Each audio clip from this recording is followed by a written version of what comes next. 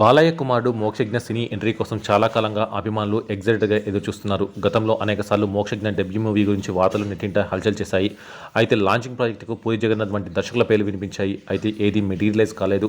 మరోపక్క ఈవెంట్స్లో మోక్షజ్ఞ బొద్దుగా కనిపించడంపై హీరోగా సెట్ అవుతాడా అనే కామెంట్స్ కూడా నెటిజన్ల నుంచి వ్యక్తమయ్యాయి. అయితే ఇటీవల మోక్షజ్ఞ లుక్ బయటికి రాగా ఇందులో చాలా స్లిమ్గా కనిపించాడు. ఇక ఇప్పుడు ప్రస్తుతం వైజాగ్ సత్యానంద్ దగ్గర గత నవంబర్ నుంచి నటశిక్షణ తీసుకుంటున్నారట మోక్షజ్ఞ.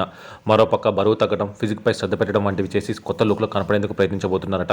నిజానికి 2017లోనే తన కొడుకు మోక్షజ్ఞ తెరంగేట్రం ఉంటుందని బాలయ్య క్లారిటీ ఇచ్చారు.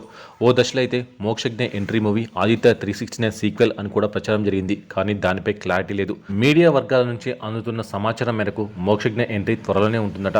అఖండ 2 సినిమాలో నందమూరి మోక్షజ్ఞ కోసం బోయపాటి ఓ స్పెషల్ పాత్రను డిజైన్ చేశాడని, ఆ పాత్రలో మోక్షజ్ఞ కనిపించి అలరించున్నాడని అంటున్నారు. మరోవైపు మోక్షజ్ఞను టాలీవుడ్ స్టార్ డైరెక్టర్లు కూడా డైరెక్ట్ చేయనున్నారని ఓ వార్త నెట్టింట హల్చల్ చేస్తుంది.